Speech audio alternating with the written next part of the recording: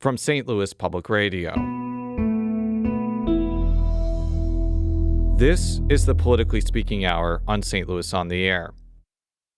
I'm Jason Rosenbaum. Later in the hour, we'll discuss what Missourians should know about the launch of sports betting on December 1st, including where the revenue from what's expected to be a deluge of wagering will go. We'll also get an update on the wild case around St. Louis Sheriff Alfred Montgomery and whether the citywide officials' days in office could be numbered. But first, St. Louis County officials are grappling with a major budgetary hole, one that includes a roughly $20 million deficit for the county's health department fund. And while there's enough money from budgetary reserves and NFL settlement funds to muddle through this year, policymakers will have to find more revenue and make significant reductions in spending to prevent a budgetary calamity in the next couple of years. During the last episode of the Politically Speaking Hour on St. Louis on the Air, Council Chairwoman Rita Days raised the prospect of shuttering the county's federally qualified health center lookalikes. Those North and South St. Louis County-based clinics provide a variety of healthcare services, particularly to working low-income residents. It's a nice thing to have.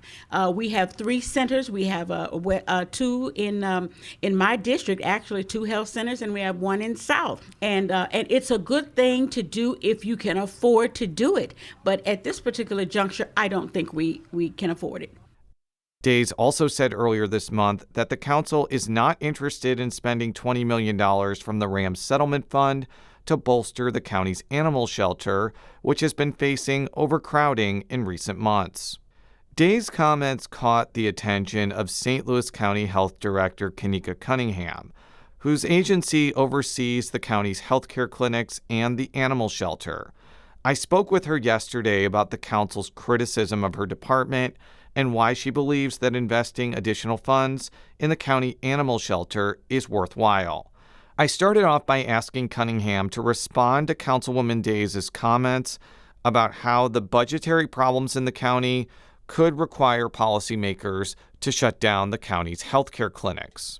My initial response to that, honestly, this is not a time to discuss closing access to healthcare. The health department, we are a partner in the ecosystem of healthcare in St. Louis County and the region. And given what is taking place on the federal level, we cannot close our doors to the most vulnerable in St. Louis County. For those who don't know, what are FQHC lookalike clinics and what sort of healthcare services do they provide to St. Louis County residents? Right. So I think this is where some of the confusion is coming in at. So the health department historically has operated 3 health centers, and we provide all of the services from primary care service like pediatrics, internal medicine, family medicine, OBGYN care as well, in addition to behavioral mental health care. The purpose of getting the FQHC lookalike status is actually to help sustain it from a financial standpoint. So a lookalike, what that does, it allows for us to get enhanced reimbursements from your insurance payers. So it's one way to guarantee increased revenue and to sustain the life of the health centers. So we're already doing the work of a FQHC lookalike, and we needed to work with the federal government in order to receive an official designation. So I think that's where the confusion. People say that, well, not people, some, I've heard comments about, this is just something that they're doing. It's a program. But this is the care we have provided to St. Louis County and even to some of our partners for some time. Just now we're being viewed as a lookalike, and the federal government would now allow us the opportunity to get higher reimbursements for Medicare and Medicaid patients. And just, again, for people who may not understand who's going to these clinics, who are the type of people who are getting these services? Is it Medicaid recipients, the working poor? Is it a pretty varied group of folks? All of the above. We have majority of our patients are Medicaid, Medicare, so about 85% of the patients. We do have 2 clinics in North County, 1 in South County, but we see anywhere from private payers all the way down to someone who no longer have insurance. So we do have a sliding scale program just based on your income. So we see everyone. Do you know how much it costs to operate these 3 clinics every year? So if we look at the history, and I'm glad you're you're asking me this. So the health fund, which is the 1030 fund, is funded by property taxes from St. Louis County. So county taxpayers actually fund the health centers, and that has been in existence since before my time. We're talking about 30, 40 years ago. And what we have seen, and especially during a pandemic, a lot of the resources shifted to the public health side. And we saw that when I started, I saw that the clinics were neglected. But if you look at going back to the most I can go back to is 2014, that when we look at the revenue generated by the clinics, it's a small amount. And I get it's a chartered requirement. But in 2023, when I came, I saw that I'm from an FQHC, that we had a significant opportunity to improve our billing and our coding. So that's one thing that I focus on. And one is getting the FQHC lookalike. So if someone look at the revenue, I'm going to break this down. Sure. 2014, barely making it any revenue. It was, 1030 fund, which is property tax funded. That's what support the health centers. So in 2023, we were able to renegotiate some of the contracts, and that is the first time in 10 years that we actually generated $2.4 million in revenue from billing and collections, which is a big deal. So that is one of my concerns, is that I am turning this tide, and I don't think for the people that we serve and the people of St. Louis County that you can't fix a 20 or 30-year problem in 2 years, but I'm showing you the data in which in a matter of 2 years, I am increasing the revenue so that we don't have to rely as much on the 1030 Health Fund, which is funded by the property taxes. So just to make sure I understand you, right now it's not costing the county money. It's actually bringing in, by it I mean QHC lookalikes, they're bringing in $2.4 million. Right, they're bringing in, but it is, I wouldn't say cost in the county. There is, I guess you can say that, there is, the health fund supports it about anywhere from 10 to 12 million. That's how much is supported with the health fund. And then the overall budget is 20 million. But if you look at the revenue, when we think about budget perspective, you want to generate a higher revenue than what you're supporting. And so in theory, the FQHC with a higher reimbursement, we will start to bring in more revenue and less reliance on the health fund. Is St. Louis County the only county in the state that have these types of clinics? Yeah, we are. We are the only health department that operate 3 health centers, and then we also provide the medical care at the jail. And I think people often forget about those medical services, but that's in their health department as well. So I understand everything that you're saying, and these are clearly beneficial services for people. But I could also see the perspective of policymakers in St. Louis County who are looking at a really bad budget deficit over the next couple of years, and they're thinking it's great that we have these clinics, but if we can't afford them long term, what good are they going to be if you can't pay for them? So what do you kind of make of that argument? Because I think you may be able to muddle through this year with like reserves and RAMS funds. But in a couple of years, when there's no reserves left, then what? Basically? Yeah. So I want to answer your question in 2 ways. One, I kind of spoke to what I'm doing to increase revenue for the clinics. That is a proven track record of becoming a lookalike and increasing revenue. But I think on the other end, it speaks to values. And historically, the people of St. Louis County have always voted to support public health and maintaining access to health care. So I think it comes down to, do we care about the constituents of St. Louis County to where we will continue to maintain access to health care? Or is it truly, it's all about money and we don't care about the people? Because what's going to happen if our clinics close, our partners can't absorb the number of patients that we have. Hospitals are not designed for preventive care. Urgent cares are not designed for preventive care. And if you look at, we still have healthcare deserts in North County, in parts of South County, and that's where the health department come in at. And so if you close us out in North County, where are people going to go who don't have insurance, who are the most vulnerable? So I think that's the real question is, closing our clinics is going to strain the system, and individuals won't be able to have access to care. Are there not FQHCs in St. Louis County that are not run by a governmental agency? Correct. We are the only governmental ran FQHC in the county as well as the city. And there are a few FQHCs who are now, setting up shop in parts of the county, but they have their own patient population. And it goes back to when we submitted the application, you tell the federal government, look, this is the number of patients that we will be responsible for. The federal government also looks at the other FQHCs in the area to see, okay, they're taking care of these patients. It's a circle. It's a network. So if you pull one piece of the network away, the other partners can't absorb those patients. And so that's why I'm saying that it's now we're going to be viewed as the other FQHCs. But when we look at true desert areas in our most vulnerable locations, we don't have access to too many healthcare centers. And we can't rely on hospitals. We can't rely on urgent care centers. Primary care serves a purpose, and that purpose is to improve the health and well-being on the individual level. Well, let's go back to the realities of the budget deficit. So let's just say there are no cuts or shuttering of these FQHC lookalikes. If we're still in a bad budgetary situation a couple years from now, and the council and the county executive say you have to cut something from the health department, what would it be if not these clinics right now? Yeah, and those are actual discussions that my director colleagues, all of us, have been having since the beginning of this year, given the budget deficit. And for a health department, it's difficult because we are required by state statute or federal requirements or chartered to provide the services that we offer. One thing that's unique about the health department is that we serve all of St. Louis County, not just unincorporated. So going and eating at a restaurant and making sure that it's free of disease, or staying at a hotel that's free of disease, that's the health department. So it really comes down to truly, where are our values? Do we care about the health and well-being of the people? Because a poor workforce, we're not going to be able to get our roads clean. We're not going to be able to maintain the parks because we're not going to have a healthy workforce. Is it possible for you to raise fees or put co-pays in some of these clinics to try and make up for the deficit? Are you constrained by that, either by state or federal regulations? So we've actually increased our sliding scale that was outdated when I came. We are also revisiting our fees as well throughout the entire department.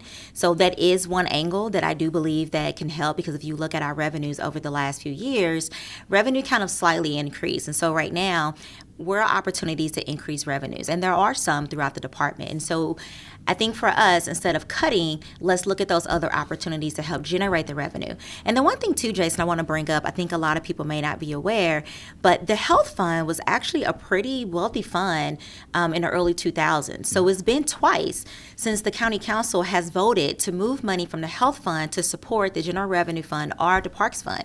So we have to also understand that we're operating on a reality in which money was removed from the health fund years ago. And so here we are, we're in a situation where we have so many complexities, and then you have a pandemic, and then you have federal changes taking place now to Medicaid, the Affordable Care Act. Individuals are going to lose access to care. And as a health department, I strongly feel like it is our governmental responsibility and our chartered responsibility to make sure we maintain access to care, whether it's a hybrid model of contracted services or through direct county employees. Let's talk about a couple of ways to raise revenues. Mm-hmm. The county executive has talked about a use tax. I don't know if that would all go to the general fund or whether some could go to the health fund, but would that help with the budget deficit, which, by the way, I don't think we've mentioned it. Isn't it around $20 million right now? Or is that? It is. That's for the health department, but for county government, it's like 80 million. 80 total, if you include 60 million from the general and 20 right. from the health fund. But how would the use tax help with the budget situation? So it would be a great help with the use tax. We're talking about generating additional $45 to $75 million. One thing we do know, during the pandemic, a lot of people did pivot and start doing a lot of online shopping. A lot of people in my generation, we shop online. So I think that is one missed opportunity if, the county council does not consider an online use tax. I think that would definitely help. So I do agree with the online use tax and put it on the ballot. Is it possible to just have a property tax increase ballot measure just for the health fund, or would it have to be I know for when you pay property taxes, a specific amount goes to county governmental services, and I don't know if you put a tax increase in terms of the property tax, whether it would increase all the funds. But is that a possibility, given that I don't think it would be that big of a tax increase if it's just for one of the funds as opposed to all of them? Right. And, and I do recall discussions around, the last time property taxes were increased was maybe like 80s or 90s. It's been a long time. Yeah, it's been a long time. And so I do think that's another opportunity. And the health fund, there is a certain percentage from property taxes that go to the health fund. So it would definitely help the health fund, the general revenue fund, in addition to placing an online sales tax. I think all of the above would definitely help. We're talking with Dr. Kanika Cunningham, the director of the St. Louis County Department of Health. I want to move on to the St. Louis County Animal Shelter, which has garnered a lot of controversy and public interest over the past few months for a litany of reasons. Very simply, what do you think the state of the St. Louis County Animal Shelter is at this moment in time? This is the first time that, and this is my opinion, that we are actually being received and welcomed into the animal welfare community. There's been a lot of controversy in the media, when we resumed operations early this year. And where we are now, I believe this is the best we've ever been when it comes to truly providing animal support services. I do want to mention the council has passed a resolution saying that they have no confidence in the leadership of the animal shelter. Chairwoman Days said, the vote is a message to Dr. Cunningham. I'm hopeful that she'll see that and she'll rectify some of the things that have happened under her watch. Is it clear to you exactly what she wants you to rectify? Because if I got a vote of no confidence from somebody, I feel pretty sad. Yeah, so I would say I am hopeful and I am very confident in this statement that I do believe that our staff, our volunteers, and our community partners fully support the animal shelter. And unfortunately, I think this was isolated to the county council. And when that was released, I was in the middle of trying to prevent a human crisis, because when you have a human crisis, you have an animal crisis. And what I mean by that is, I'm trying to identify ways that people who are on SNAP can get access to food, and our, moms and babies can get access to formula or critical baby essential products. And so, I think right now it happened. I would say, let's move forward together if we can. And again, I welcome them to come and visit the shelter, but I think that was isolated to the county council, and I don't think anyone else would agree with that statement. The county executive wants to spend $20 million in the St. Louis Rams settlement funds for the animal shelter. Now, before we talk about why that may or may not happen, what would that money be used for? Yeah, so with that proposal, so the animal shelter going through this process with, failing to do inspections that took place. And if you look at what the inspection reports say, that the most concerning things that we don't have humane housing for all the animals that we bring in. So this animal shelter, I think we've been over there for at least 10 years or so, and the intake has significantly grown compared to when we first moved in there. Now, I do believe if with the right tools, we can make this work. But the right tools mean that I need county council support to make sure our ordinances are aligning with true animal support services. And the rest of this, I can do with my team. I think that's the biggest thing, that the ordinances are often deemed as barriers to providing care. Like what ordinances, for example? Yeah. So one of the ordinances, I would say increasing the adoption fee to $80. And I expressed concern with that. I thought that was a very steep jump. I was comfortable with going up to $60. But what we do know with the literature is that when you reduce or waive fees, and if the goal is to get animals into loving homes as quickly as possible, a higher adoption fee can be viewed as a barrier. Now, some people may say, well, that can just increase the chance of somebody just, not caring and just adopting the animal for dog fights, or they don't really care about the animal. That is not true. There's so many studies that have pretty much shown that that was a myth. And there's so many local places here that do the same thing, that once you get a capacity, it's proven that if you reduce or lower fees, you can get animals into loving homes. And here's my concern with the $80, because we have to continue to bring in animals. If we look at the cost of care for the number of animals that is in our care, staff time, food, bathing, grooming, everything else, if we have 170 or 180 animals in our care, on average, that's about $115,000 that's going to direct care. So why put a barrier in place to where now we're housing animals long term? Our average length of stay is 32 days, and that's long. Recommended is less than 14 days. And we put this barrier in place, then now we're going to potentially end up keeping animals longer and longer, and it's going to cost the county more money. I think when you ask county council members why they unanimously overrode the county executive's veto on raising it from $40 to $80 is they just say it goes hand in hand with the county needs more revenue. Do you know, or can you predict how much revenue the county would get if they raised it from $40 to $80? That's a great question. I'll have to look at that because we'll have to look at the revenue, but we'll also need to look at the expenses going out. And I think that's where my argument is that the cost to run the animal shelter with the number of animals we have, that going to 60 or increasing to $80, that's not going to be a significant revenue generator. It's going to be a barrier, and we're going to end up keeping animals long term and increasing our cost of care.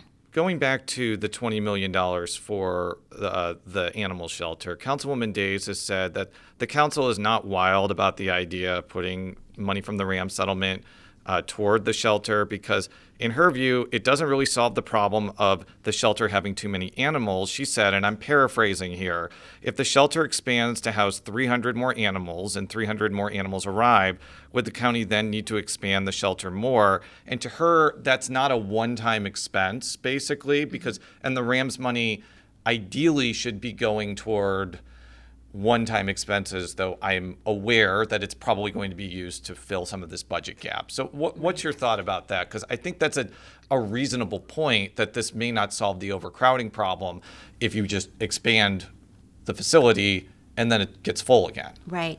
So the overcrowding is a serious problem. And one of the things that was on the inspection report is we bring in a lot of large dogs, and we don't have enough kennel space to house the large dogs. So I think we have some infrastructure issues. Additionally, our plumbing system. Currently, we need to update the entire plumbing system at the animal shelter. We need to update the HVAC system. So there are a lot of structural updates that have to take place. And so the alternative will be, I'm actually okay if we're not going to get a new building, then at minimum, we need the money to invest in the animal shelter so that we can improve just the basic living conditions at the shelter. And the reason that's important is because if you look at the past inspection reports, that is one thing that multiple items that we continue to get cited on is because of inhumane housing. So we need to replace kennels, get new kennel size in there. And again, there's just some infrastructure problems that we need to fix with it. In a past appearance on St. Louis on the Air, you expressed hope that the county council would update ordinances relating to shelter operations. And we've talked about the $40 to $80, which you were not a fan of. But one of the things I think you were more in favor of would be allowing the shelter director to waive or reduce adoption fees, and a provision that would allow the shelter to accept gifts, grants, and donations that total more than $1,000. That latter was dropped by the council. Why do you think that these proposals would help lower shelter population numbers? So with the donations, the legislative process that if we accept donations above X amount, and it was above $1,000, before you can use a donation, you have to go through the legislative process. So it could take anywhere from 4 to 6 weeks, or even up to 8 weeks to be able to use it. We have a lot of people donating to us, donating money to purchase food, to purchase pop-up kennels, to support the foster program. And so if we cannot have access to the funds until 8 weeks later, that's a barrier. And right now we're trying to expand our foster program, so therefore we can get animals out of the shelter into foster homes, another proven strategy that can work. So that was the problem with that. It's just the lengthy legislative process that we can't immediately use the funds until after it's approved by the county council. Anything else you'd like to add? I do. This is a tough time that we're in now, and I do understand that some decisions will have to be made. Of course, as a physician, as the health department director, I'm going to always advocate for health, and I'm always going to advocate not to cut anything related to health, but I do understand some of those decisions will have to be. I really want the people of St. Louis County to understand the situation that we're in, definitely with the budget, but then also with these federal changes coming down the line. And I think that is what keep me up at night, is that there are going to be things that's outside of county government control that's going to force health departments and healthcare entities to face. And this is just the wrong time to talk about closing any healthcare entity, especially in North County. So and again, the people of St. Louis County have always voted to support health, supported public health, and I truly think the voices of the people need to be heard. I do see the volunteers on the animal shelter side, they are making their voices heard. I do need the support of the county council, but I hope that we can meet and come to a common ground. And I really hope that I can show them this is the plan I have in place, that give me a few years, I can turn this around. But again, I can't fix a 20-year problem that was not mine, but I am here for it. I'm here for the fight. I am here to try to find solutions. That was St. Louis County Health Department Director Kanika Cunningham talking with me earlier this week from her office in Berkeley. You can listen to our conversation with Councilwoman Days from the last Politically Speaking Hour on St. Louis on the Air by going to STLPR.org or wherever you find your St. Louis on the Air podcasts. We need to take a quick break, but when we return, we'll get an update on the legal push to oust St. Louis Sheriff Alfred Montgomery. This is the Politically Speaking Hour on St. Louis on the Air.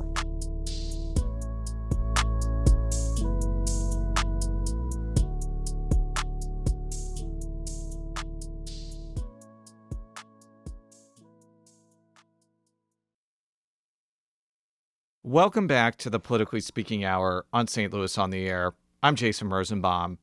The St. Louis Sheriff's Office is eliciting an awful lot of drama for a post with marginal amounts of power. Since entering office earlier this year, Sheriff Alfred Montgomery encountered too many controversies to list without engaging in an epic run-on sentence. And he's now being held in federal custody for violating terms of his bond, which includes accusations of using a secret burner phone to intimidate witnesses. For the past week in a state trial, Montgomery's attorneys and lawyers with the Missouri Attorney General's office quarreled over whether the Democratic official should lose his elected post. The judicial proceeding has featured some testy exchanges and some surprises. And here to give his insights is St. Louis Public Radio's Brian Munoz, who has been covering what's known as the Quo Warranto trial. Brian, welcome back to the Politically Speaking Hour on St. Louis on the Air. Thanks for having me, Jason. Before we get to Montgomery's woes, Brian, can you just remind us of what the St. Louis Sheriff actually does? Because the duties of the office are pretty limited, and that may be the source of Montgomery's problems. Yeah, so the duties of this office are pretty limited in scope, unlike other sheriff's offices in other Missouri counties, or even the St. Louis Metropolitan Police Department. Really, the St. Louis Sheriff's Office is only responsible for transporting detainees to the courts whenever they have to appear, serving legal notices like evictions, hosting the land tax sale, There's not as much as one may think, but it was definitely still a tall order, and a big job that comes with about a $14 million a year budget. Montgomery has encountered just a breathtaking amount of controversy in less than 12 months on the job, and I'm going to try to list every bit of it here. There was an anecdote about how he may have used golden dice to fire an employee, the purchase of new badges, new uniforms, new golf carts, his budget being rapidly depleted, his refusal, at least for a time, to transfer prisoners in need of medical care. Why do you think there's been so much drama for an office that, frankly, is not that significant in the grand scheme of things? That's a really hard question to answer. I think, it's a question a lot of St. Louisans and those that follow this are asking themselves exactly how did we get to this point? But it all really started with now Sheriff Montgomery, who's being held in federal custody, handing out these letters ahead of him taking office, telling former Sheriff Vernon Betts' top brass, hey, we don't align in vision. I'm getting rid of you. So if you want to take your vacation time or whatnot, I'm giving you the courtesy. And that, I think, is how it really started. But some bigger picture political observers I've spoken with have said this is just a case of personalities and people coming in and not having an understanding of what exactly this office is supposed to do. There are basically two legal cases that have ensnared Montgomery. Let's start with what's known as the Quo Warranto trial you have been covering with St. Louis Public Radio's Chad Davis. Brian, why is Attorney General Catherine Hanaway's office trying to oust Montgomery? There's 6 charges that the Attorney General's office is using to try to compel Judge Stephen R. Omer that, hey, this is enough to show that Alfred Montgomery is not completing the duties of his office and is being willfully negligent to what the voters elected him to do. Those include handcuffing then acting jail commissioner Tammy Ross, disarming a former sheriff's deputy who the sheriff's office alleges was impersonating a deputy, refusing to transport and supervise hospital detainees, misusing of public resources through these lavish expenditures, or what some argue are lavish expenditures, financial mismanagement.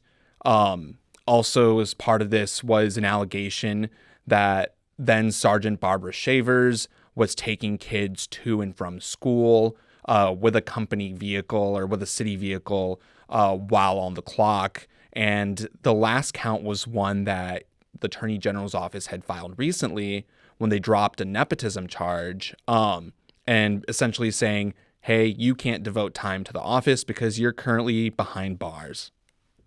And can you explain why Montgomery is facing federal charges, which is what has him incarcerated right now? So Sheriff Montgomery is facing a federal misdemeanor over the handcuffing of Tammy Ross in a separate case that really shouldn't have anything to do with the state case, but he is. And as part of that, he was put on house arrest and, spoke with pretrial services, essentially the people that put the ankle monitor on him and, talk to him ahead of time to make sure he understands everything. They asked him, how many guns do you have? He gave a number, and he had significantly more than that, actually. And he also was found on recording to use an unauthorized or unreported phone to allegedly harass witnesses and those cooperating with the federal government. So those violations of his bond landed him in a federal custody or in a prison down in Pinckneyville, Illinois. So this trial has been, as the kids say, wild.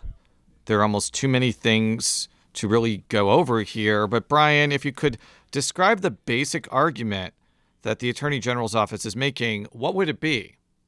The Attorney General's office is saying that Sheriff Alfred Montgomery knowingly didn't do the things that he was prescribed to do, that he did things that he wasn't legally allowed to do, and that he essentially, over 6 counts, 6 different reasons, proved that he had forfeited his office and that he should be immediately removed. And what defense is Montgomery's attorneys putting up to prevent him from being ousted? The sheriff's legal team, which includes retired judge and now staff attorney David C. Mason, former federal prosecutor and attorney Justin Gelfand, and attorney Matt Gio, really put up a strong argument that, the witnesses called to the stand by the state are not credible, that they each have their own personal squabbles with the sheriff, that relate to employment or other things. Those people that claimed retaliation actually were disciplined, or some of them not disciplined even, but were offered disciplinary hearings due to their actions on the job. So it seems like the sheriff's attorney's strategy was to try to discredit and impeach as many witnesses as they were able to. For somebody who wanted to be at this trial of the month or week or century, however you want to describe it, what was it like being inside the courtroom on a day-to-day basis? Jason, I'm going to be honest, it felt a little bit like Groundhog Day, and the judge said as much, at least one of the days of the trial. It was just a rehashing of many of these arguments that have been rehashed, in the 22nd Judicial Circuit, but also in the Court of Public Opinion. So just in excruciating detail, how events played out, what, who saw what, how are things supposed to operate, things of that nature. It was a surprising scene. Maybe not surprising is the right word, but an eyebrow-raising scene to watch. Sheriff Montgomery walk in with his ankles shackled and his hands shackled to his waist. He came in every morning. They sat him down. And yeah, that was really a sight to see throughout the trial. The trial did have a delay in the start, though, because the first day, which was supposed to be last Tuesday, Sheriff Montgomery was still in federal custody. The federal judge had not decided on whether or not he was going to allow Montgomery to attend the state trial. So the attorneys for both the state and the defense had to go to the federal government and say, hey, Judge Omer's requesting that he's there because of the argument that you should be able to efface your accuser while you're, defending yourself in court. Did you get a sense of which way the judge may be leaning here? I'm not really a betting man, and I don't know that that's a bet I want to put money on. I think at several points, Judge Omer was nodding when the state was arguing, but also nodding when Montgomery's side was arguing. Although the judge had to interject on David Mason several times and just remind him, hey, you're representing Alfred Montgomery. You're not representing yourself. Whatever personal squabbles you have with folks, in your duty as a staff administrator, that doesn't pertain to what you're arguing right now. So I think, those were some moments that those of us in the courtroom were kind of like, not expecting the judge to kind of get snippy with the defense attorney. But yeah, it's really hard to say. I think, both sides did an excellent job in trying to defend their clients appropriately. So it's now a matter of time. Brian Munoz is STLPR's visuals editor. He spent the last few months covering all things Alfred Montgomery, and the people of St. Louis salute your perseverance. Brian, thank you for being on the show. Thank you for having me, Jason, as always. When we return, we'll talk about the rollout of legal sports betting in Missouri and what people should expect when it goes live on December 1st. This is the Politically Speaking Hour on St. Louis on the Air.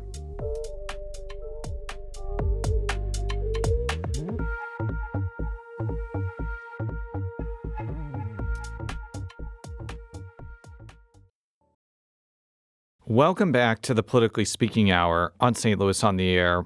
I'm Jason Rosenbaum. Missourians will finally get their chance to place wagers on sporting events on Monday, December 1st. That's because the Show Me State's voters narrowly legalized sports betting last year, meaning that St. Louisans will no longer have to physically travel to Illinois to place a wager. Now, for full disclosure, I am not planning on partaking in the sports betting bonanza. I swore off most forms of gambling after a fateful high school trip to Walt Disney World in 2002, where I lost a whopping $90 to my high school friends playing Texas Hold'em. So others will have to place a bet on the St. Louis Cardinals winning the 2026 World Series, which at last check has odds of 12,500 to 1, meaning that a $10 winning bet would turn into a profit of just over $1,200. A long shot, to say the least. But regardless of my personal feelings here, I do concede there is excitement and questions about the arrival of sports betting in Missouri. And joining us from beautiful mid-Missouri to provide insight is Sarah Kellogg, a State House and politics reporter with St. Louis Public Radio. Sarah, welcome back to the show. Hi, Jason. Good to be back. Let's start off with a question from Cam Badson, who asked on Facebook, why did it take so long to get sports betting? That's a good question that I really don't have the best answer to. And apologies, I'm fighting a sinus infection stuff. I'm a little gravelly. That's why. This was something that had to be set up by the Missouri Gaming Commission, which will oversee this. It had to create the infrastructure. I will say that the constitutional amendment that passed had a deadline of December 1st as the start date. So they are meeting exactly that deadline. I don't think it could have gone later if they wanted to. Bro Dude on Reddit asks, what apps are being launched besides the leaders in the space, DraftKings and FanDuel? I think there are lots of apps from what I've seen on billboards. Is Yes. that what you're seeing too, Sarah? Yes, there's lots of companies that have mobile licenses, and that does include DraftKings and FanDuel. Circus Sports is one of them. That's the other company that got an untethered license, meaning that they don't have to be partnered with a sports team or a casino in order to launch a mobile app. DraftKings was the other one with an untethered license, but the other mobile partners are Fanatics Sportsbook, Caesar Sportsbook, BetMGM, Penn Sports Interactive, and Bet365. So those are the mobile licensees that will be able to start their sports betting programs. And do we know what sports someone can bet on? Obviously, professional sports are fair game, but what about collegiate and high school sports? Yeah, through the amendment, you cannot bet on high school sports. So that will be completely out of the question. And then you cannot bet on individual athletes in collegiate sports where the team is from Missouri. So I can bet on Mizzou winning its bowl game, a month or so down the line, but I can't bet on the quarterback Bo Babula's first pass resulting in a first down. So you can't bet directly on the athletes like you can in professional sports. That's one of the major differences. Do you have to be physically in a stadium or casino to place a bet, or could you wager on a game basically anywhere? Nope. If you have a phone that can download the betting apps, you can bet. It's pretty much whatever you would want to on your couch, at the game itself, at a casino, but with the mobile licenses, that means that you can pretty much bet anywhere as long as you're within Missouri. Friend of the show, Reese Ellis, asks on Facebook, do we have a final answer on the mechanism that is supposed to provide the funding for Missouri education? That was a big part of both campaigns. Quote, this will fund our schools. Look at Illinois versus no, actually, it won't. Look at Kansas. I could have missed it, but I don't recall any reporting on there even being an agreement on which agency will collect the tax. Sarah, can you possibly explain how sports betting revenue gets to the state, where it goes, et cetera? Yeah, that's an excellent question. I have somewhat of an answer, and we'll see what happens kind of down the line once this revenue starts coming in. But from what I've discussed with the Missouri Gaming Commission, the 10% tax is applied to the adjusted gross revenue of the licensed sports wagering operators. So that's like the total amount wagered minus the payouts and allowable deductions. So that's like that 10%. And then the first $5 million of that must go towards problem gambling first before it would go to education. So it's kind of a stop at the Missouri Department of Mental Health before it goes to the Department of Education.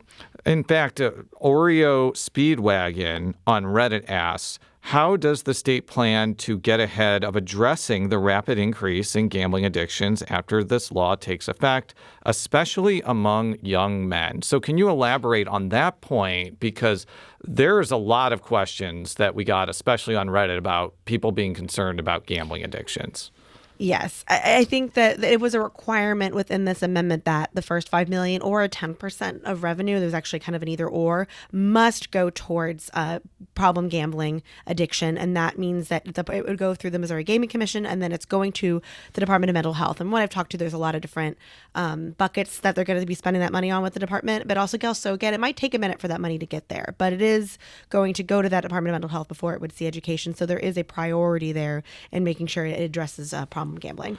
I think the reason why there has been a lot of attention on modern sports betting and how addictive it is just convenience. Yes, you can lose a lot of money going to a casino or a horse racing track, but you actually had to travel there to do it most of the time. Especially with the addictive nature of smartphones, could the expansion of sports betting be difficult for even the most robust anti-gambling program to fix? This is admittingly a speculative question, Sarah, but I'd like you to maybe riff off of this as somebody who may or may not use their phones all the time for lots of things. There was actually, shockingly, Jason, I'm working on a story about this. And part of one of the people I talked to is that he voted yes for the amendment, but he's a little nervous about the ads and kind of the push to bet that it might show up on his phone. And he actually mentioned phones themselves and that it might be an addiction on top of an addiction. And I think that that's a really valid point. And I do think that it's going to be tough, in part because now it is convenient and legal, and now it just seems to be everywhere and really permeating sports. So I definitely think that the Missouri Department of Mental Health is going to have a lot to spend on as far as addressing these issues, as they will likely arise just because the popularity of something means that, there's more gambling that's going to occur. Speaking of gambling permeating throughout professional sports, we got two interesting comments from Reddit. Alexander Morningstar says, sports betting will absolutely destroy professional sports. We are already seeing it in the NBA and MLB. I'm sure NFL players are involved too, maybe just keeping it better controlled. And then Dusty Process on Reddit adds, it's harder for one person to affect an NFL game than an MLB game or NBA game. But the real issue is with props. Those may get banned eventually, but people will riot as they're addicted to same game parlays. Sarah, do you think that these two Redditors have legitimate concerns about how sports betting could impact sports in Missouri? Yeah, I think that one, for our listeners, like a prop bet, forgive me if I'm wrong, Jason, that's kind of saying that I think that, former player Adam Wainwright is going to pitch a strike on his first pitch versus, the Cardinals are going to win. So yes, prop bets are more specific yes. and tailored. So I just want to make sure, like, people who don't know what a prop bet is, because I didn't when I started writing about this, kind of know what that means. But, I've asked that to betting organizations, one of the sports organizations, and others, and the answer I've gotten, which is really interesting, is that sports betting being legal just means that it's easier to catch folks cheating. And I think, the Major League Baseball one, for example, is there was a lot of bets happening on like the second pitch of this particular pitcher, which let them look into say, why is everybody betting on this particular pitch? And they were able to catch, the cheating scandal on that.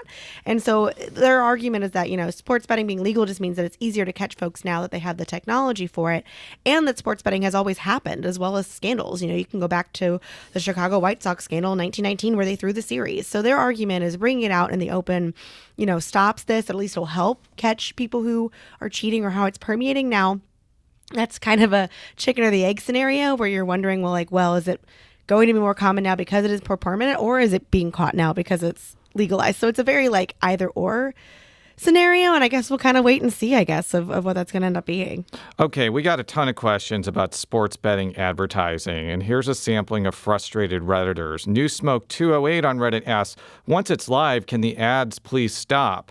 Shady OG on Reddit, even as someone who is excited not to drive across the river to bet on a game, these ads need to go away. Doxy Powder on Reddit asks, what would it take to ban gambling ads in Missouri? So I'm actually going to answer this question, Sarah. There are guidelines about sports betting advertising in Missouri, including not directly advertising or promoting sports wagering to individuals under 21. You have to state that you have to be 21 years old to wager. You can't use things that appeal to children.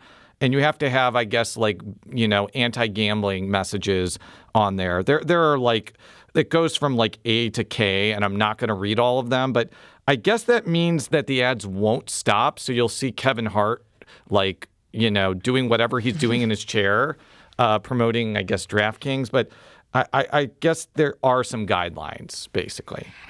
Yeah, I think there's no escaping the ads. I do think that because it is a new product in Missouri, there's just seeing a whole lot more because they're letting people know that it is coming, that it will be beginning on December 1st. I do think they will slow down once the new factor subsides. And also because it is a new thing, I think people might be just noticing it more. It's something that they're seeing advertised that maybe they wouldn't before. And honestly, I can't weigh in too much on the frequency because I don't pay for cable television. But, I do think it's permeated in a way that makes it, you can't unlink the two now, especially, watching ESPN, you're seeing the ticker, it feels inescapable in a way. I do think that the frequency will tone down as it becomes kind of a new normal, but I do not think that those ads are going to cease appearing on people's televisions anytime soon. Yeah, I think that people probably just want to watch Kevin Hart's new Netflix special. They don't want to see him hawking DraftKings anymore. And the reason I keep bringing that example up is that is the only one I've actually seen. Because like you, Sarah, I don't watch a lot of TV, and I have YouTube Premium, so I don't see YouTube ads. So we are on the same page there. But Sarah Kellogg is STLPR State House and Politics reporter, and make sure to read her story about the start of legal sports betting. I believe it will air on December 1st. Is that correct, Sarah? And it will. Yep, that's the drop date. Make sure you all listen wherever you listen to St. Louis Public Radio. Sarah, thank you so much for joining us. Thank you, Jason.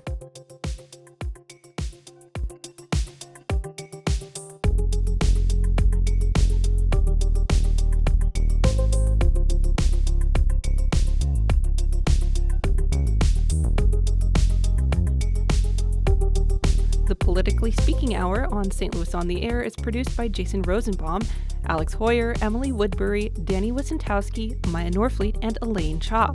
Audio engineering and sound design by Aaron Dorr. The politics editor is Fred Ehrlich. St. Louis on the Air is a production of St. Louis Public Radio. Understanding starts here. Do you find yourself regularly listening to episodes of St. Louis on the Air? Suggest us to a friend you think might enjoy our conversations. And leave us a review and rating on Apple Podcasts on the App Store. It's the simplest way to help people discover our show. Thanks. St. Louis Public Radio is a member-supported service of the University of Missouri St. Louis.